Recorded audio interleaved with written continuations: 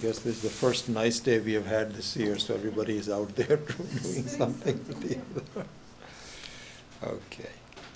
There's also some schools are having spring breaks. Oh, yeah, yeah.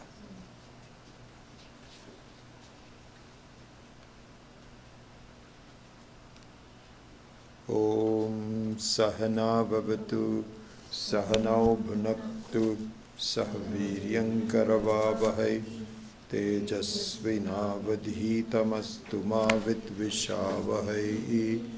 Om Shanti Shanti Shanti.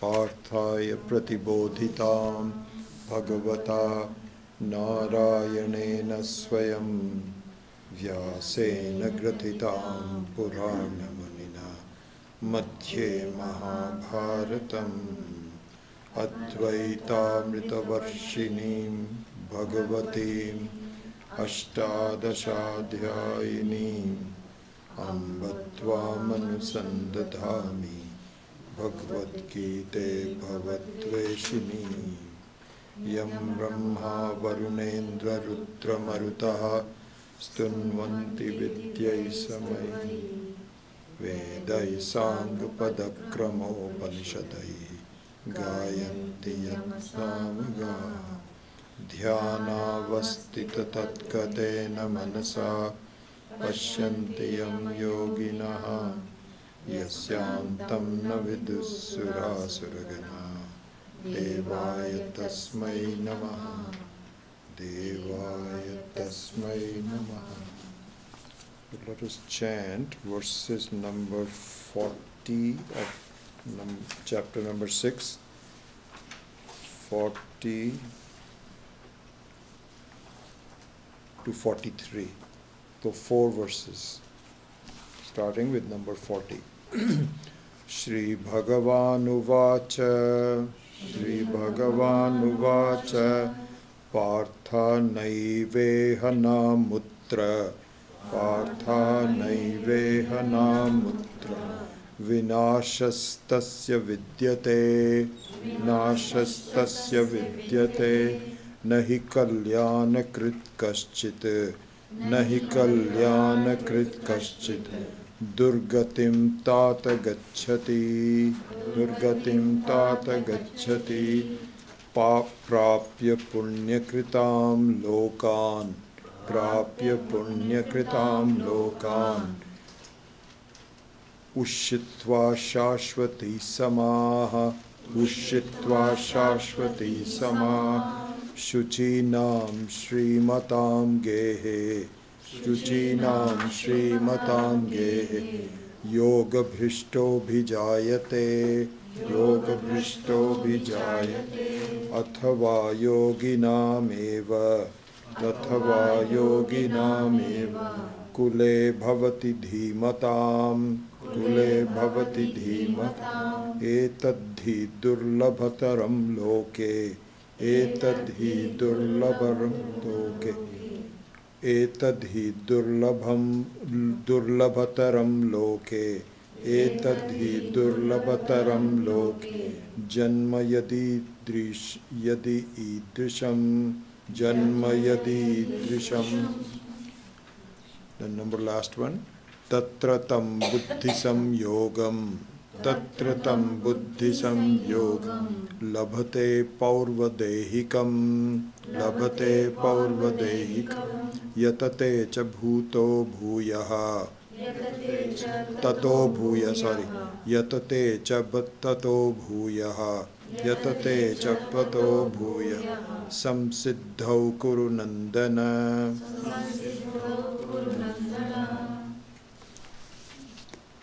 So before we begin these 4 verses, I wanted to go over the question that Ramanand had asked last week.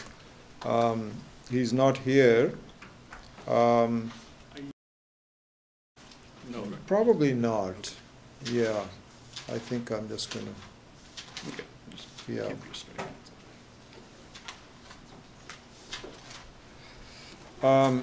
So before we that, this was the question that Ramanand had asked last week, which is, if you recall, in verse number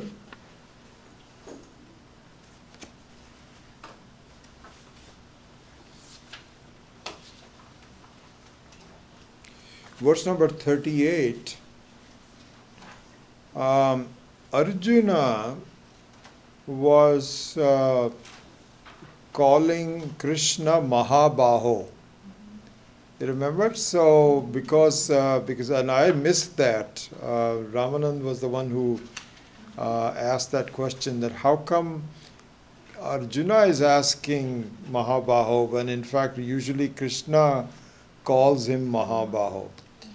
So it so happens I was trying to find a place where somebody could give me an explanation, and Swami Maheshanandji gave this explanation. So I'm very happy about that. So he said, Swami Maheshanandji says that Mahabaho means a mighty armed. Mahabaho means a mighty arm, means who's a very powerful person. That's what it really means. Is usually used when you want to say, you're asking for something and you say, you're so powerful. It's like saying, my God, you're so rich. Can't you just say, spare me some money? So you try to first precede by saying that you're very capable. This is Swami Maheshanandji's explanation. So this is the reason why Krishna usually tells Arjuna that you are a Mahabaho, means, hey, listen, when Arjuna was saying that, I don't know how to control my mind. Remember, this is the topic that came up, that this mind is very capable of just leading me astray. And I'm not sure that I can really do this. How am I going to be able to do it?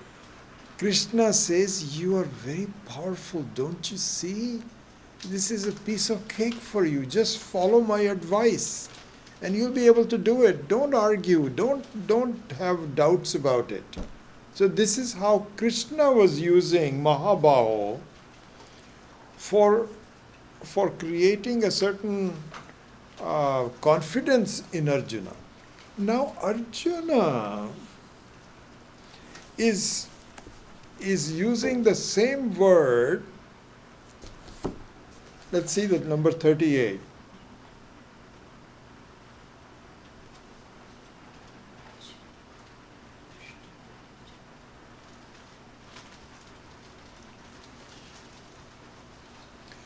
So Arjuna is now using the same words to say,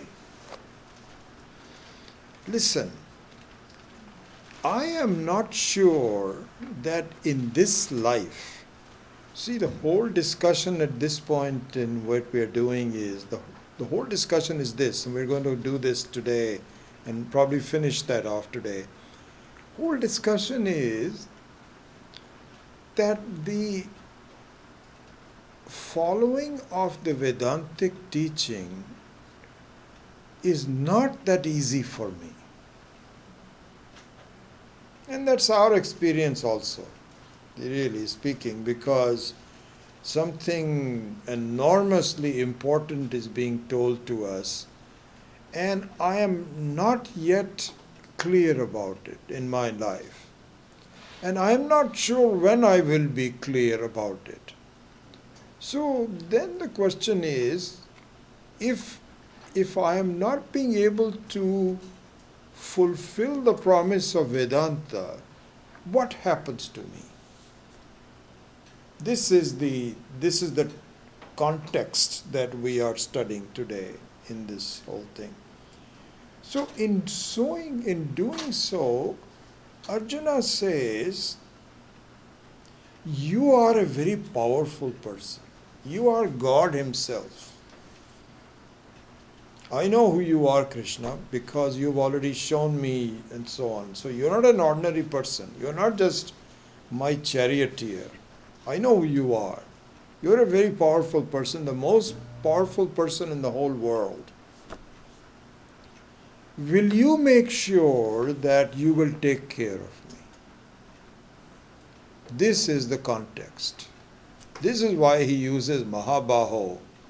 He's sort of like invoking the power of the person. It's just like saying, "You're so rich, can you please give me some money?" Exactly the same thing. So anyway, that is the context that he was.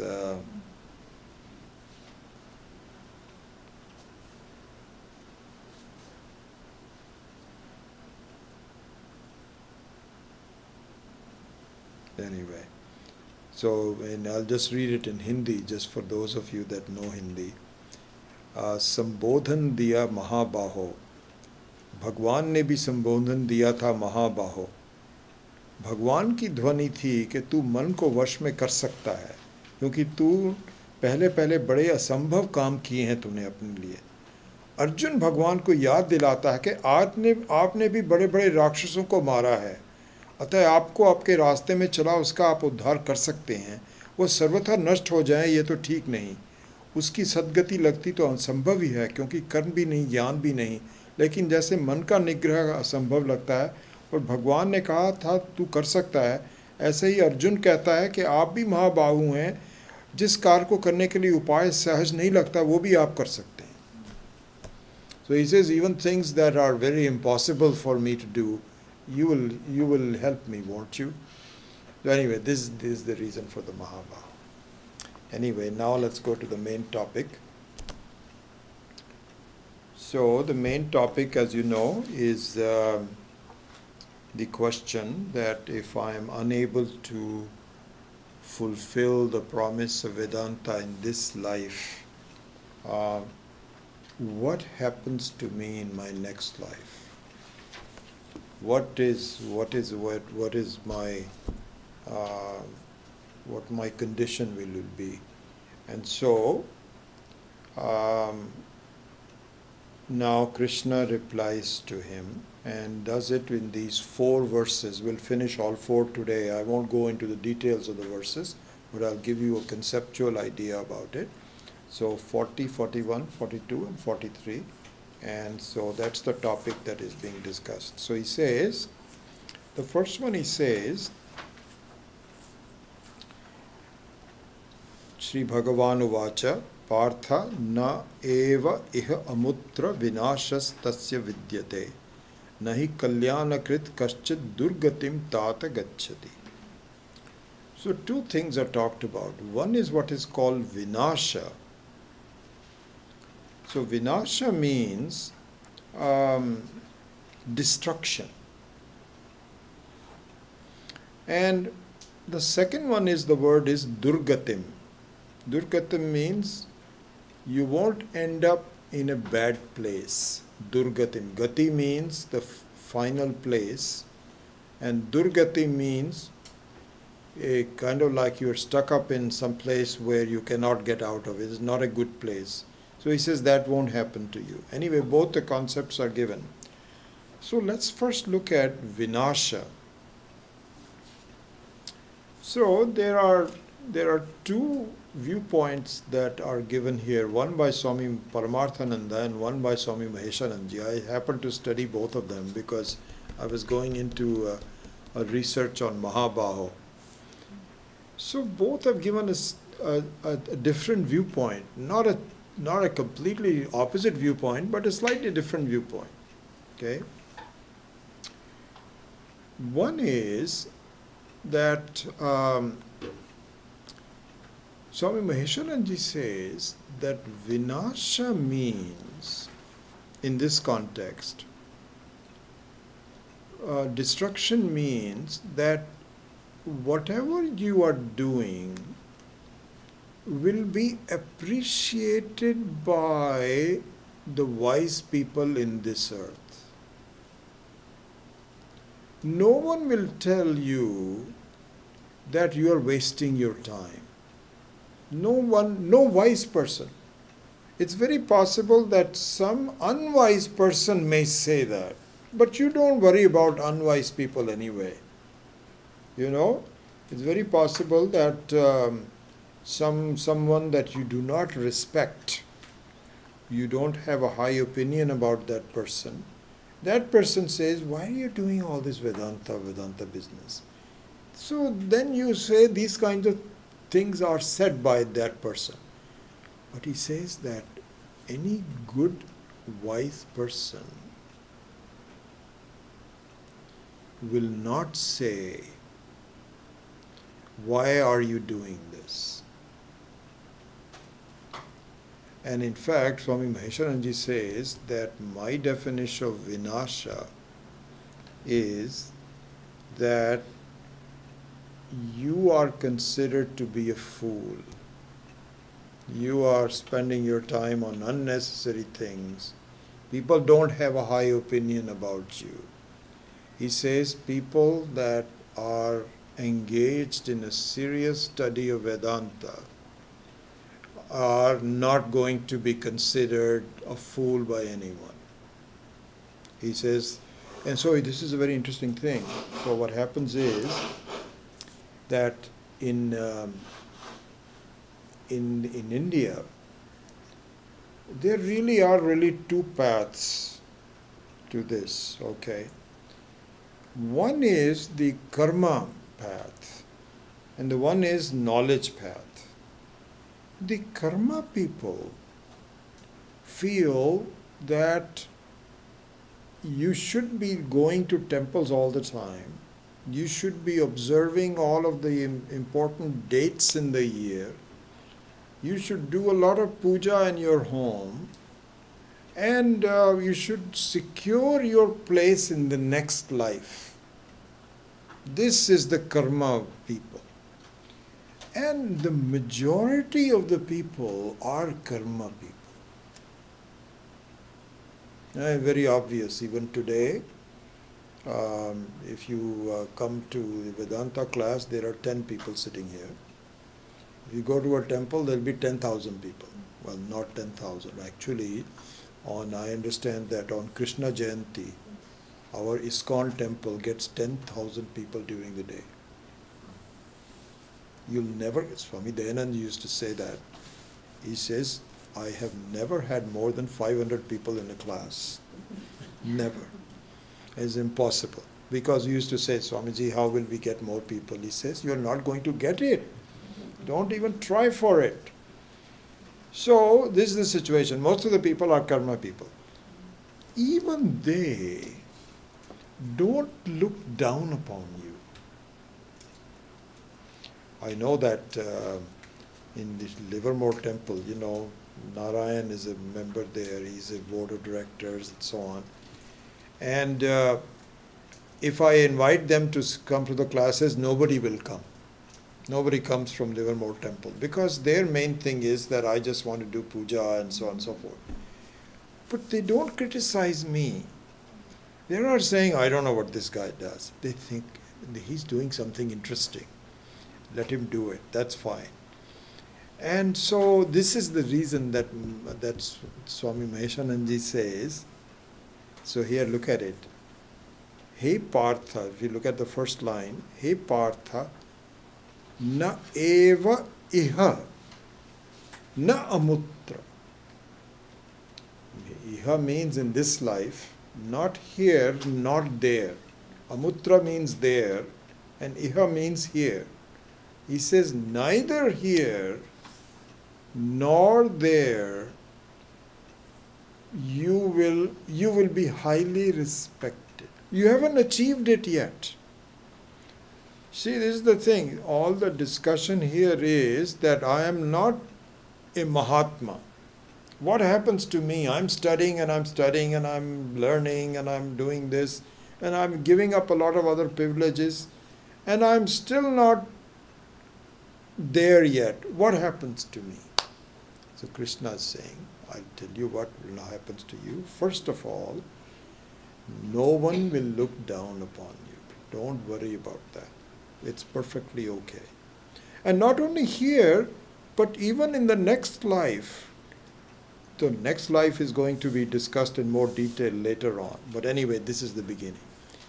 Now let me shift over to Swami Paramarthananda's explanation. Both are very valid. So Swami Paramarthananda says that there are two components of the benefit. So, Shravanam means the study, has two components, two benefits. One is called Mukhya. Mukhya means the primary benefit. And the other one is called Avantara, which means secondary. So he gives the example that suppose you have a mango tree in your backyard in India. Your main phalam is the mango phalam, is the mango fruit. But along with that, you also get shade. And you get some oxygen generating capacity. Those are avantara phalam. Okay? Similarly, the Shravanam, the study of Vedanta, it is possible that you can gain moksha. If you are ready for it, if you are capable of understanding it, you will reach the sense of freedom here and now. This is the mukhya phalam. This is the main result. But there is also an avantara phalam. And what is the avantara phalam? Punya. Punya means gaining merit for the future. So there's a lot of discussion about this. What it means is, now when you go to the temple and you pray to Ishvara and you observe all the dharmas, you do all of the fasts and karmas and you're good to people and so on, what happens is you are gaining punya.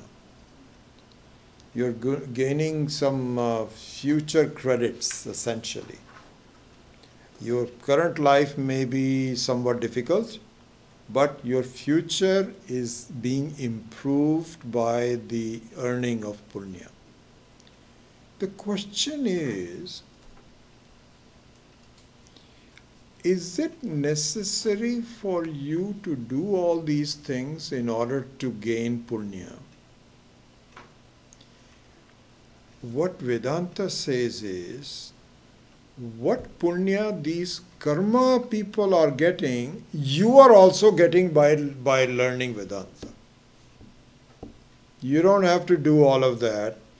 Why? Because you are sincere in learning what the truth about things is. In fact, as we know, your bhakti is even better.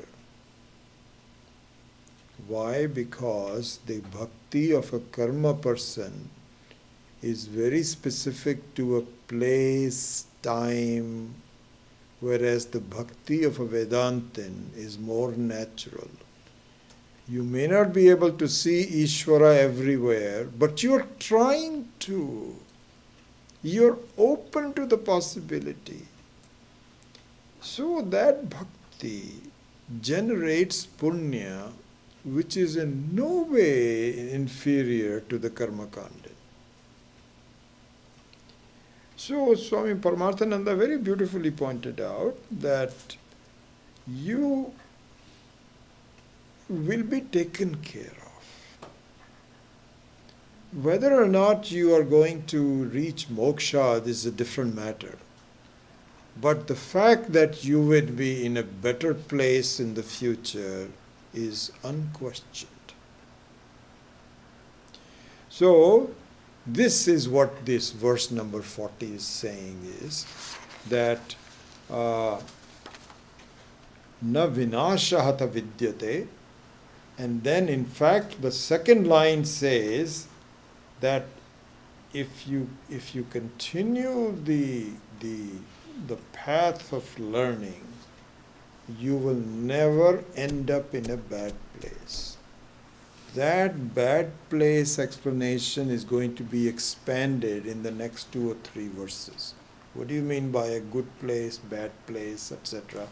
will be talked about. But this is the beginning of what um, what verse number says. So here, Krishna begins by saying, first of all, stop worrying. So it's not as though, you are going to you destroy everything that you have learned. That doesn't happen in this case. You keep going, and it will be taken care of sooner or later, whether you gain moksha now or you gain punya. Either one of them will be equal to each other. Don't worry about that. So this is the first one. Then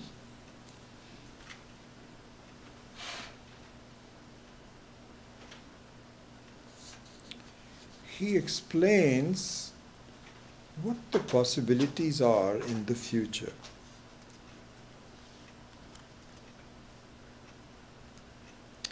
So the next one is prapya punya kritam lokan ushitva shashvati samaha shuchinam shrimatam gehe yoga bhrishto abhijayate.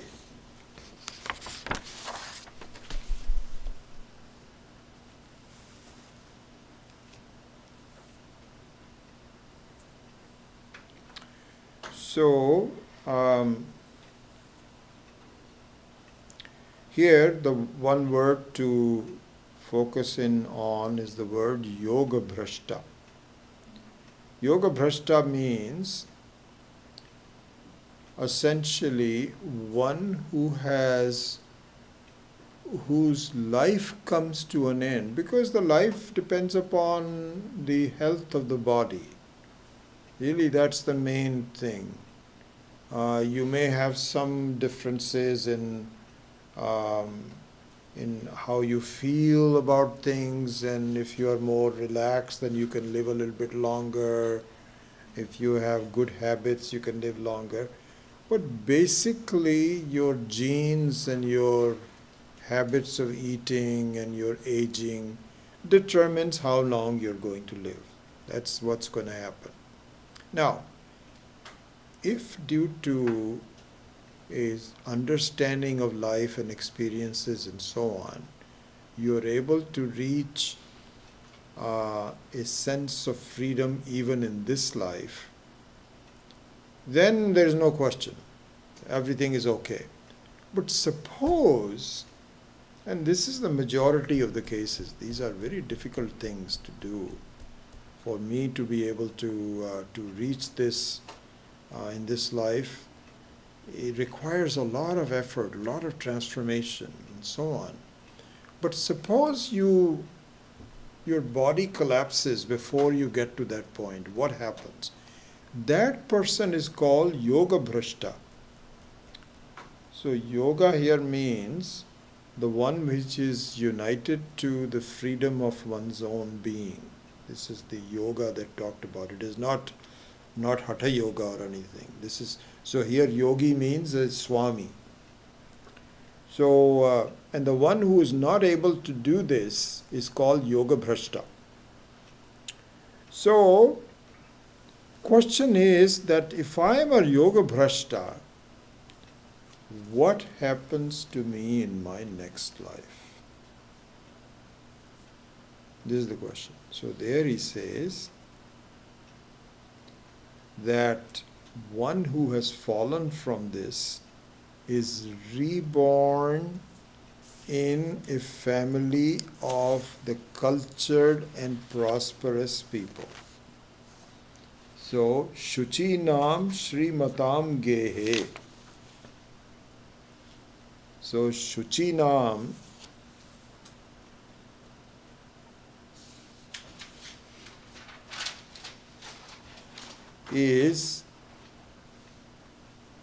means people who have good values. Suchinam. And Shrimatam. Shri means wealth. So Shrimatam means the wealthy. Okay? So either one of them you will be happening. And in fact, for both of them. So here's what happens. So, if you try to teach Vedanta in a very poor area, nobody is going to come. Nobody is going to come. Why not? Supposing you open a class in a slum area in Bombay, where people are living in huts and they're homeless and so on and so forth, and you say, please come to a Vedanta class. No one is going to come. And no one should come. Because from the beginning of the day to the end of the day, they are busy making their life for themselves. It's a very difficult life. They've got children, they don't have enough food for them. There's no time for Vedanta. So extreme poverty is not conducive to learning. So Krishna says, I'll make sure you're not born in a very poor family. Now, let's look at the other extreme. Suppose you try to teach Vedanta in some very rich people. No one is going to come. No one is going to come. You go to these parties where they are celebrating, IPOs and this, that, or the other. They're happy with Lyft and how much money they have made and so on, and say, by the way, I have to teach you some Vedanta. They'll say, please keep it to yourself. We are happy where we are. So both extremes are not conducive to Vedanta. And so what happens is that it should be in the middle somewhere.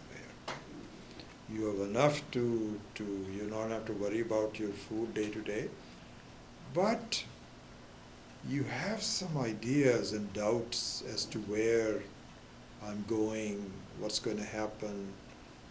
Those doubts have to come to your mind before you are even attracted to Vedanta. So this is the bell-shaped curve. And so either extreme, there's no people that are not going to come. I think I was telling you that Swami Dayanandji, wherever he goes, he collects a few people. So one of his disciples was from Hawaii, an American girl, American woman. I know her very well. Kalyani was her name. I think she's got a new name now. So Kalyani, and from the very beginning, there were about 3 or 4 American women who kind of discovered Swami Dayanandji and invited them to come and so on. So Swamiji went to Hawaii because she says, Swamiji, you must come and teach us. And I've got a lot of friends and they will. Swamiji says, in Hawaii, I was totally unsuccessful in reaching out to anyone. He says, usually a few people come. Not so. They are enjoying themselves on the beach in the morning, and nobody wants to learn Vedanta. There's no reason to do so. So Krishna says that what I will make sure is that you are born in a place where it is not a slum, so you have enough money, but also you have enough to go, and you also are culture. You have the right values. You speak the truth. And so those are not easy to find, not easy to get, to find parents who, first of all, a lot of us are really influenced by our own families. We can make our own life. My parents, for example, were not perfect, but they had good values. But they did not search for it as I do, and so I was able to make something out of my life. But a lot of the values came from my parents, and that they were truth seekers. They spoke the truth. and didn't cut a lot of corners. Anyway, so there's a sort of a combination of things that really require us to be. And so he says the first thing is that you have already done quite a bit, and I will make sure that this is not lost in your next life, and you will be born in a family of the right values and somebody who doesn't have to struggle on a day-to-day basis. This is number one. Then verse number 42. He says, Athava yoginam eva kule bhavati dhimatam etadhi durlabhataram loke janma yad idrisham. He says, or, depending on, so this is all based on our, so this is the interesting thing to see. It's all based upon our sincerity and our dedicatedness. In other words, there is a Ishvara is evaluating us for our efforts. And it doesn't matter whether you in this life or next life. There's a certain continuity. This is the beauty about this. Because it's very possible that in this life, people may not appreciate you. You've done a lot of work and somebody says, I don't know. So the people who give you results are not perfect. But on an overall basis, this doesn't happen because Ishvara will make sure that your karmas, your efforts are rewarded appropriately.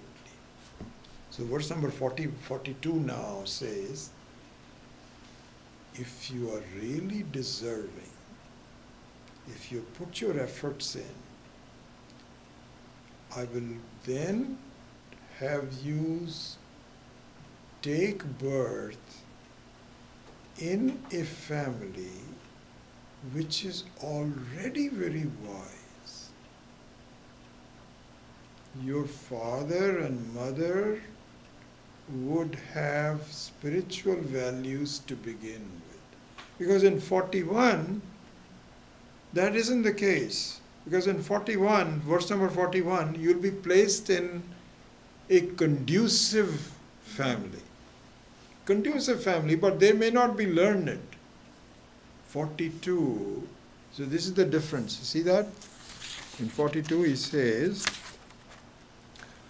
Athava. Athava means or.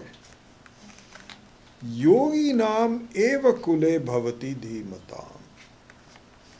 He says, or it is very possible, otherwise, that you may be born in a family of wise sages themselves. In fact, in one of our Shastras it is written that somebody gives you the boon.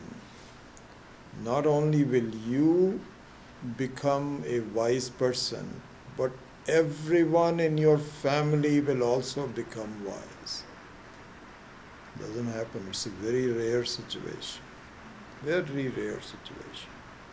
Ourselves we cannot attain wisdom, but you look at your own family, they have their own way. But here in number 42, you are so lucky. You have not lucky, but you have really attained such good qualities that the entire family that you are born in will have enough. And so here chances are that these are not rich families. You're not going to be born in a rich family. You'll be born in a family where there is enough food, but the primary effort is learning. And even in today, if you look at our own country in India, you find that there are families uh, whose love for learning is very important. It doesn't have to be Vedanta. It could be science, it could be languages, it could be music. But their values are extremely beautiful. So you can be born in something like this, and who are not struggling to make money. They have enough to buy, but they don't want to become rich or anything like this. Their main thing is to study and to learn. And out of them, if you are born into one whose learning of scriptures is good, then he says this is rare, but it is possible that you may be there. So the rarity of that is given in the second line. He says, Etad hi durlabhataram loke. He says, those are not easy. Only I can tell what a beautiful life these people have, and you will be placed there. You will be born as a baby, and you will make progress very quickly. And so he says, so this is the future that I have for you. So don't spend a lot of time worrying about what happens to me and this, that, or the other. Just do it. This is what he's saying.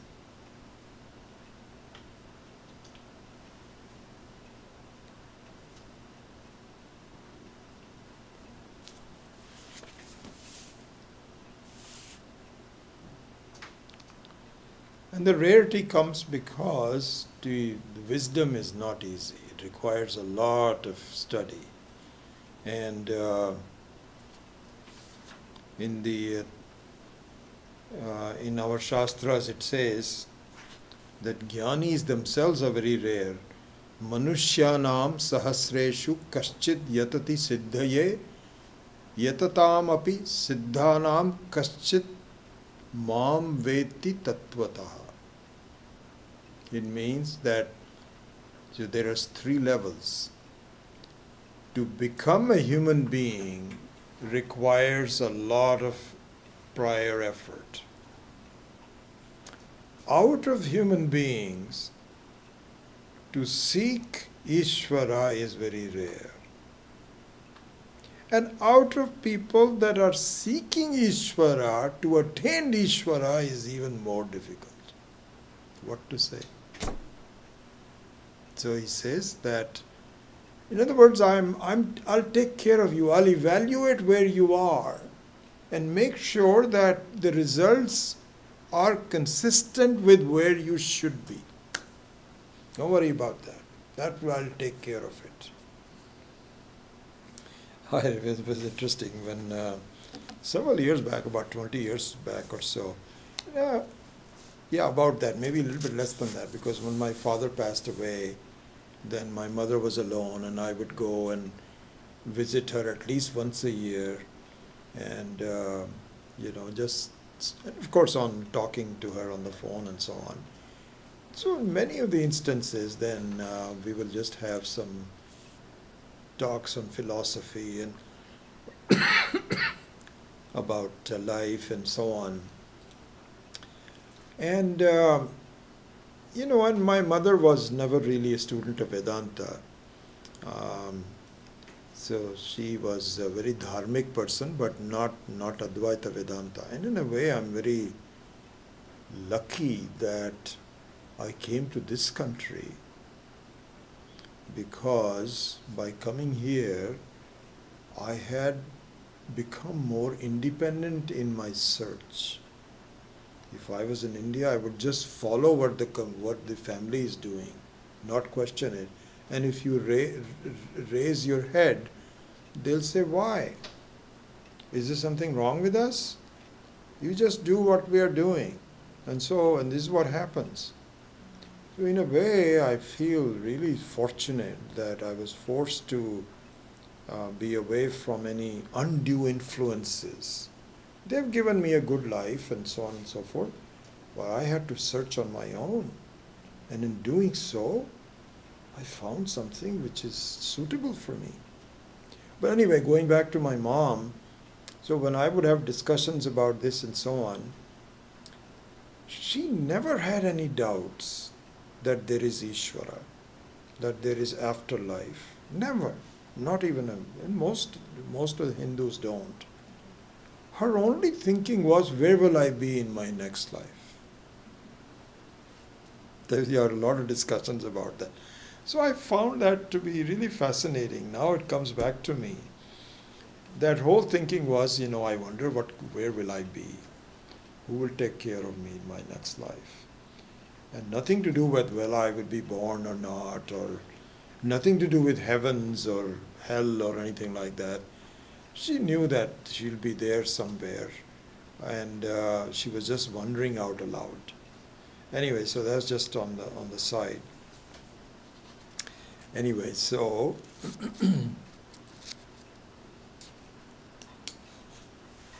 so this is the answer that Krishna gives to Arjuna. That listen, it is all. So the continuity of life just makes a lot of sense, because to suddenly lose everything that you have done doesn't make any sense. Cannot be. In this life it doesn't make any sense, because you know that your life is a result of your previous efforts.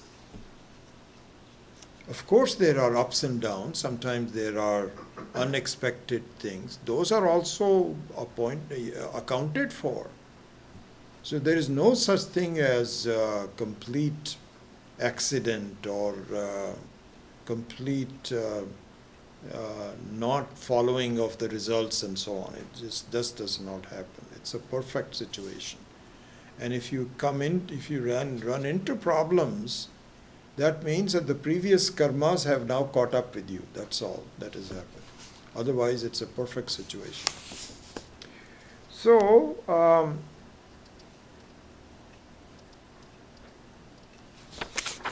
that's what is being talked about. Then, in number 43, which is the last one that we will do today, Tatra tam buddhi samyogam labate parva devikam yatate cha yah bhuya samsiddhau kuru nandana.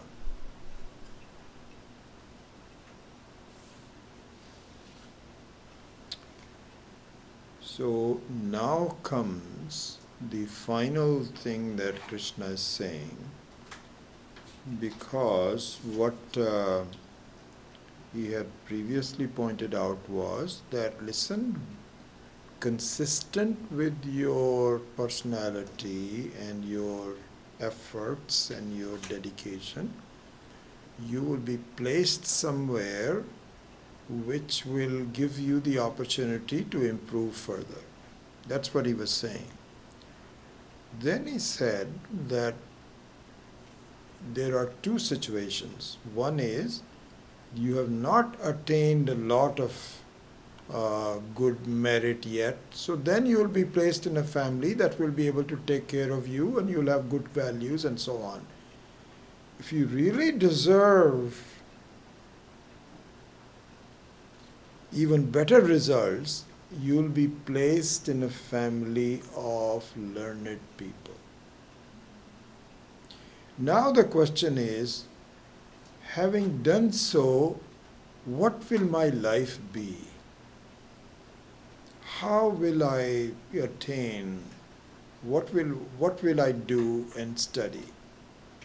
So this has to do with the question, will I have to start all over again? I understand that you'll give me a good place to be, but I have been studying a lot.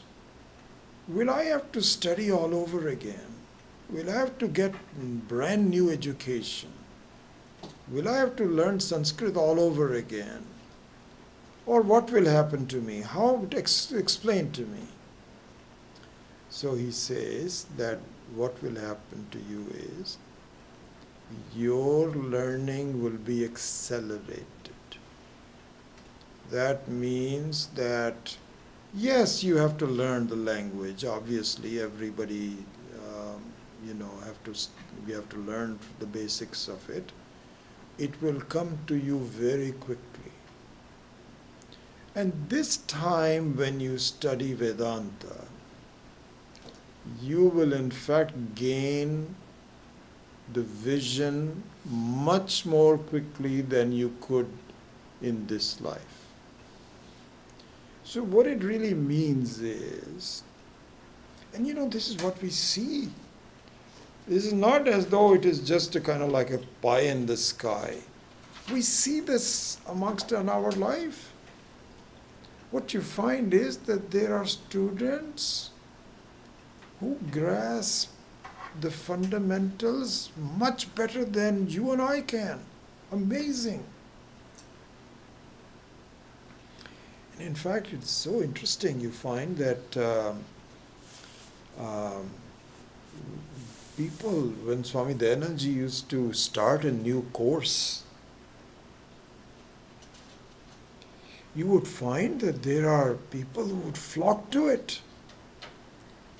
Others may not want to do it, but so for example, it all depends on where you are in your life. Excuse me, pardon me. So for example, when I was 21, 22, 23, I wasn't thinking of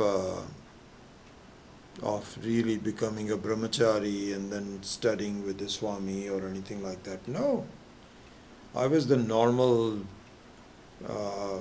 city dweller that wanted to get into education, and then finally I thought that I would get married also, and so on.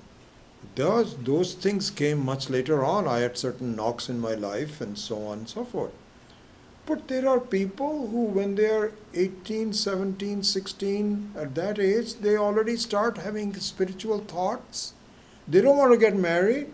They want to stay brahmacharis or brahmacharinis.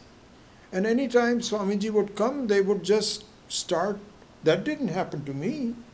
But there are people that happens. They flock to Swamiji. So we see that happening in our life also. These are all people that might have tried to study Vedanta in the past. And you find that kids have a certain spirituality about them. There are kids who are very loving, very patient with others, and have a pleasant personality. And other kids, are just different. They're opposite to that.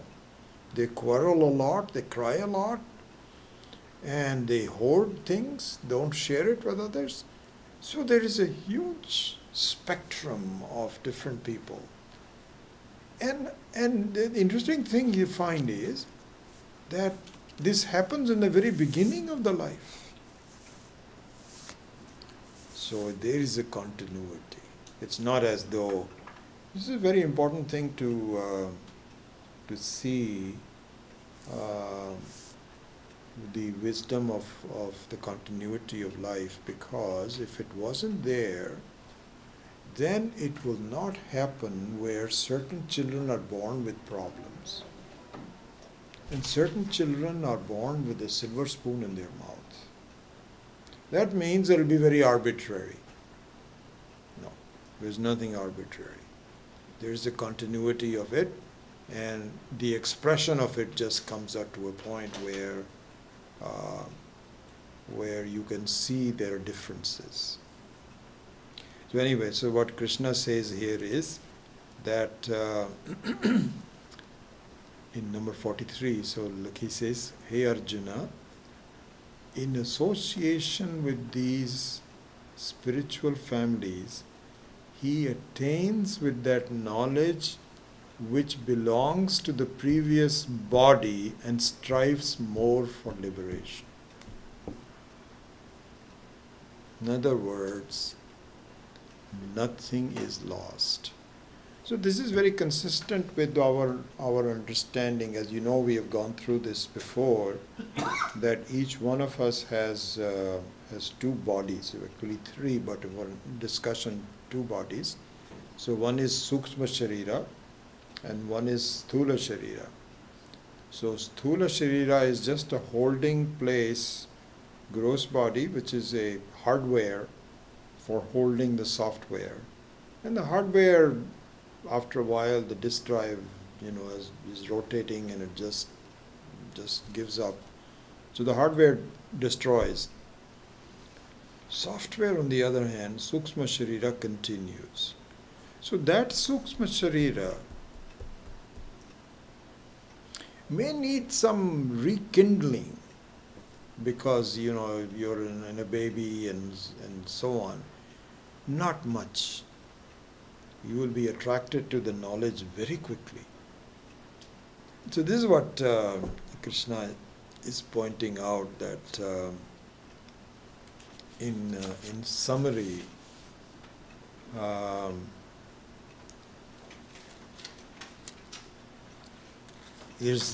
don't worry about it. Things will be taken care of. So here Swami Paramathananda was saying that the child comes with its own samskaras, and it's very possible that the samskaras may take a little while to express itself. Like, for example, at the age of 5 or 6, all you can see is a happy baby who doesn't cry a lot, is easily satisfied. But the ability to learn has not yet taken place. Then when you become 8, 9, 10, 11, you start to grasp things and you study and retain it. And then by the time 13, 14, 15, your ideas of life become much more expressive. You find that in general, you ask anybody, like 14-year-old, what do you want to be? They'll say, I have no idea. I'm just going to do this. Some people have already some specific ideas based on their own samskaras. I want to be like this. And so it takes a while for it to express itself, but sooner or later, it does. It does. So it just shows you the continuity of life. Nothing is lost. So this is how it ends, this section, where Krishna says to Arjuna, listen, I appreciate your concern. Don't waste any time worrying about it. It's not as though you fall down and everything is lost and you have to start all over again. Nothing like this. So in these 4 verses, starting with number 40, first of all he says there is no nasha. And so Swami Maheshananji also points out that nasha means you are looked down upon. It's wasted. People think that you are a fool. No, doesn't happen. Secondly, if your body does fall before the study is complete, you may have a little hiccup, because you're right. Once you die, it takes a while for you to become eligible for knowledge again. At least 15, 16, 18 years. So that is time lost. I agree with that. But in the larger scheme of things, that is nothing. But you will be taken care of one way or the other. So this is a very beautiful section that we are almost to the end of the 6th chapter, where we will revise it, but we've gone into the logic of meditation, nididhyasanam, the nature of nididhyasanam, the results of meditation, the obstacles to it, And then the question, what happens if I am not, is this life, how much do I have to rush? You should rush as much as you need to, but be aware of the fact that this is not the end. This is going to be a continuity and we will protect it. So that's how this discussion happens. Beautiful chapter. I really enjoyed and we will revise it very quickly in about 2 or 3 classes. We will go through the revision of the 6th chapter, which is called the meditation chapter. So I'll end a little bit early and leave some time for discussions and questions, and we will go from there. Om Asato Ma Sadgamaya Tamaso Ma Jyotirgamaya Mrityorma Om Purnamadav Purnamidam Purnat Purnamudachyate Purnasya Purnamadaya Purnamevavashishyate Om Shanti Shanti Shanti Hari Om Shri Gurubhyo Namaha Hari Om.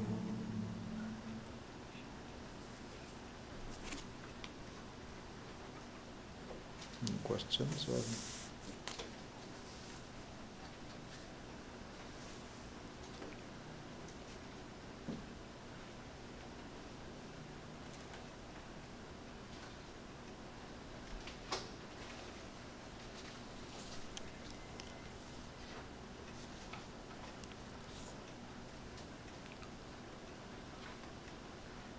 Yeah. I've been studying this Gita. Just occurred to me, who wrote this Gita? Maybe it's not. So Gita was, so Gita is part of the Mahabharata, and so it was reportedly written by Vyasa. So the Gita is actually a human effort. So this is called a smriti. So smritis are human efforts, shrutis are not. All the Upanishads and Vedas are not human. They are done by Ishvara himself. And so there is no beginning to the shruti. That's always been there always has been there. But the smriti, which Mahabharata and therefore the Gita is also part of, is a human effort, and it is done from time to time consistent with Shruti. So it's not something brand new. It is simply to explain the context of the Vedas in specific stories. So here, for example, the context is that of the confusion in the mind of a person, and how do you resolve it, and so the Gita is really specifically meant for the active householder, not necessarily meant for sannyasis. Sannyasis can also learn from it, but the context for the Gita is a pressure-filled life, like in a war, where things are happening quickly and you have to resolve. And so life is like that. There's a lot of problems and a lot of issues, a lot of challenges. And on what basis do you face those challenges and resolve them is the context of the Gita. That's what it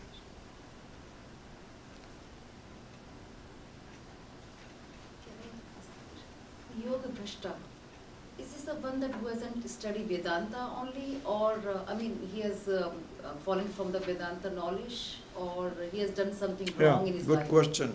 Yeah, that's a good question. I had the same question in my mind also. Here the context is Vedanta.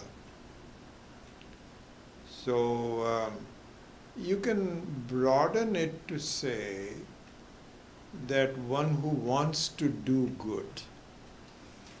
whose intentions are very pure.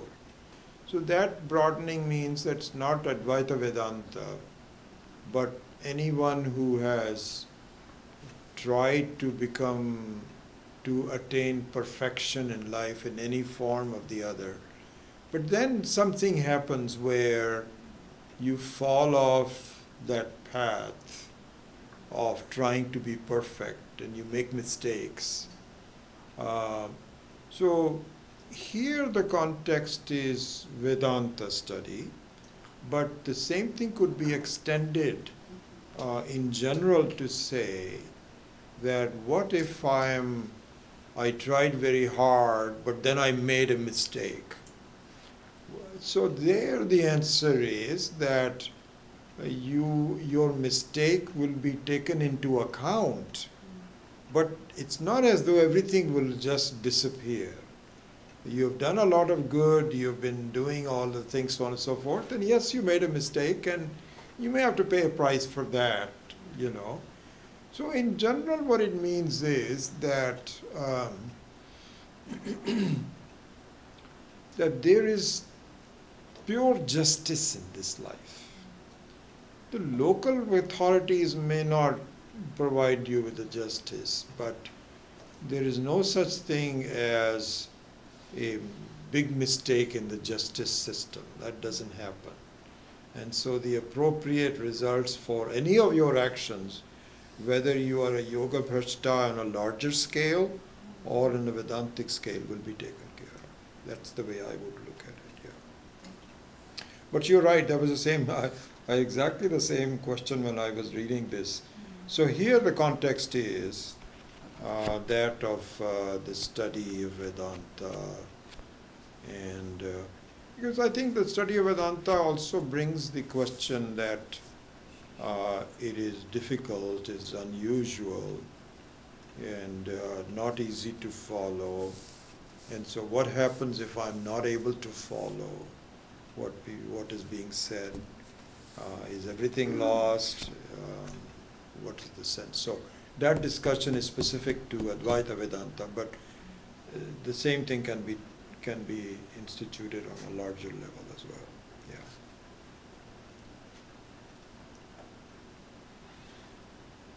Yeah. Yeah, I had a question.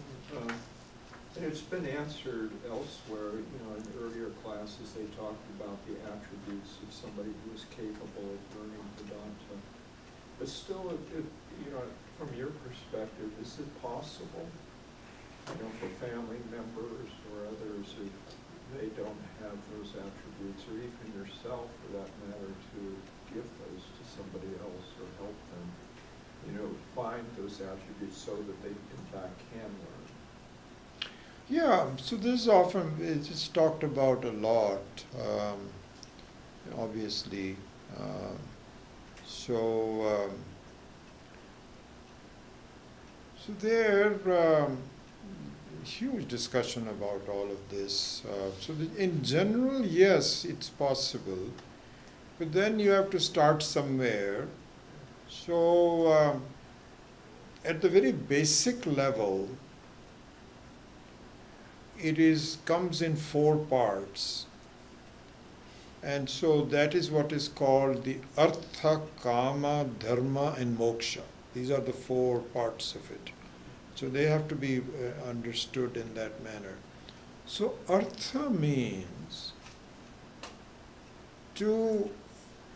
in a short discussion, means capability of protecting yourself against the vicissitudes of life. And that means making enough money to be able to take care of yourself, having the sense of protection in the house, and so this is what Artha means. So one can even visualize where a person is so careless that you don't even have that capabilities. But that capability is number 1, and which is usually what everyone is taught to do. There are people who fail to do that. That's a different thing altogether. But that's the easiest thing to do. That, you know, hey, take care of yourself, earn money, And this includes not only money for now, but also for the future. So this all comes under artha. So once you do that, then comes karma, which means that I have enough money, but then how do I spend my life? What do I do? Should I enjoy music or good food? This has to do with desires of your life. So there also, the advice given is that you should have an enjoyable life. Look to see where your capabilities are. If you are coming, see, this is what it is, that sometimes you find that there is a conflict between parents and children, where some child says, I love music, and that's what I want to do. And the parent says, no, there's no money in music. You cannot do this. I see this from many of our friends and so on. And so, the balance between artha and kama has to be there. After you have enough sense of protecting yourself, you should really have a lifestyle where enjoyment is reasonable in leading a good life. So this is number 2. Then, in terms of these fourfold things, artha and kama is the very minimum. Then is a much higher one between the next two, which is dharma and moksha. So dharma means ethical living, spiritual living, and charitable living. So after you've satisfied the artha and kama, then the next thing that one should learn to do, this is all learning really in that sense.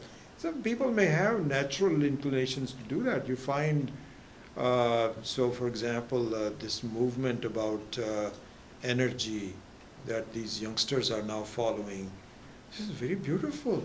To be able to say that all this is important, but I want to protect the environment, I want to do this.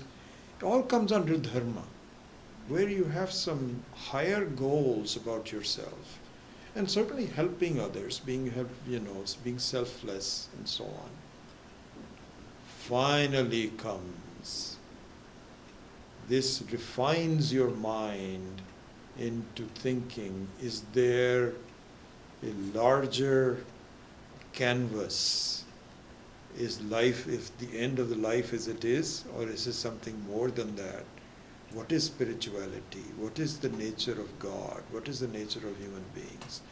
And how do I get there? What do I have to do? So these are the 4 stages of one's life that we should be aware of. Everybody has it. And it's a question of how quickly do you move from one to the other, and how can you help someone in inculcating the values that allow you to do so. So that's one way of the discussion, which is very basic in the Vedantic learning. Yeah, that's been talked about, isn't it? As I recall, there was some coverage of that what you just spoke of. But even in considering that, it seems almost miraculous somehow that some people are able to be blessed with those kind of things. And Very true.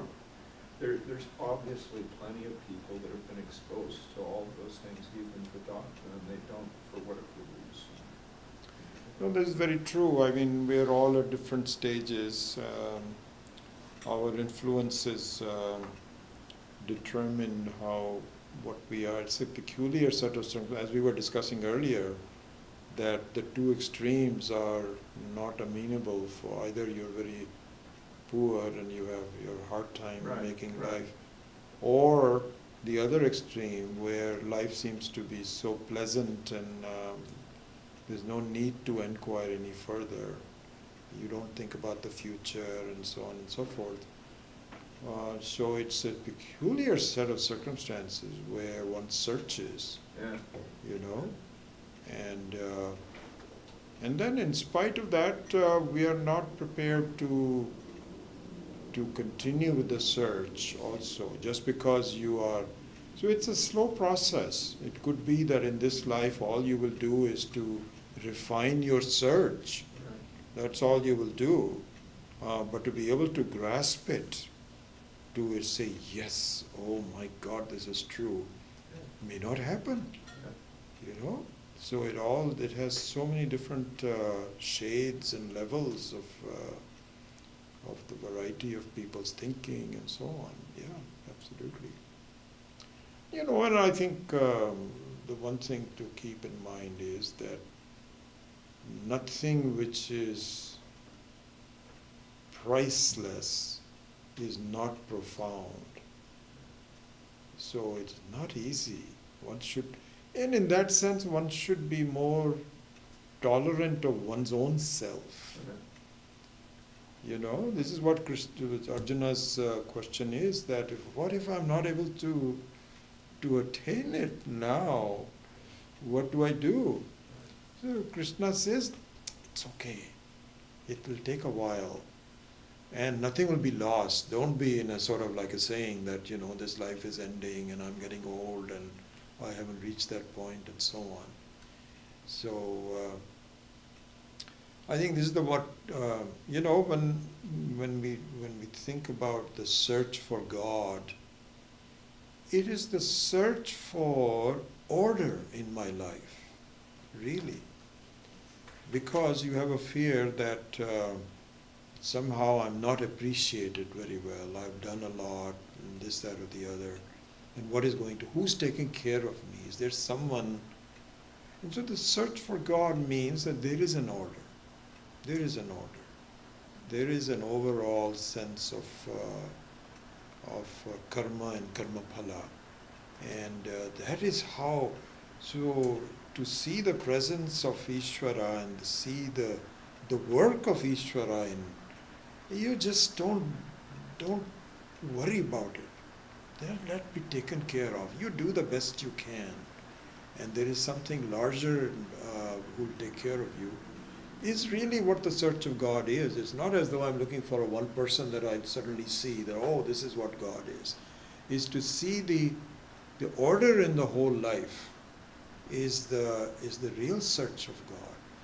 And that slowly you gain that. If you are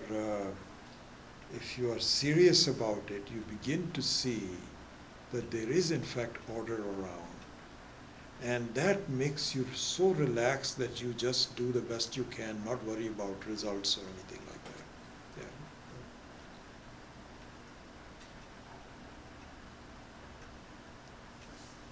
Yeah. All right, so we will see you.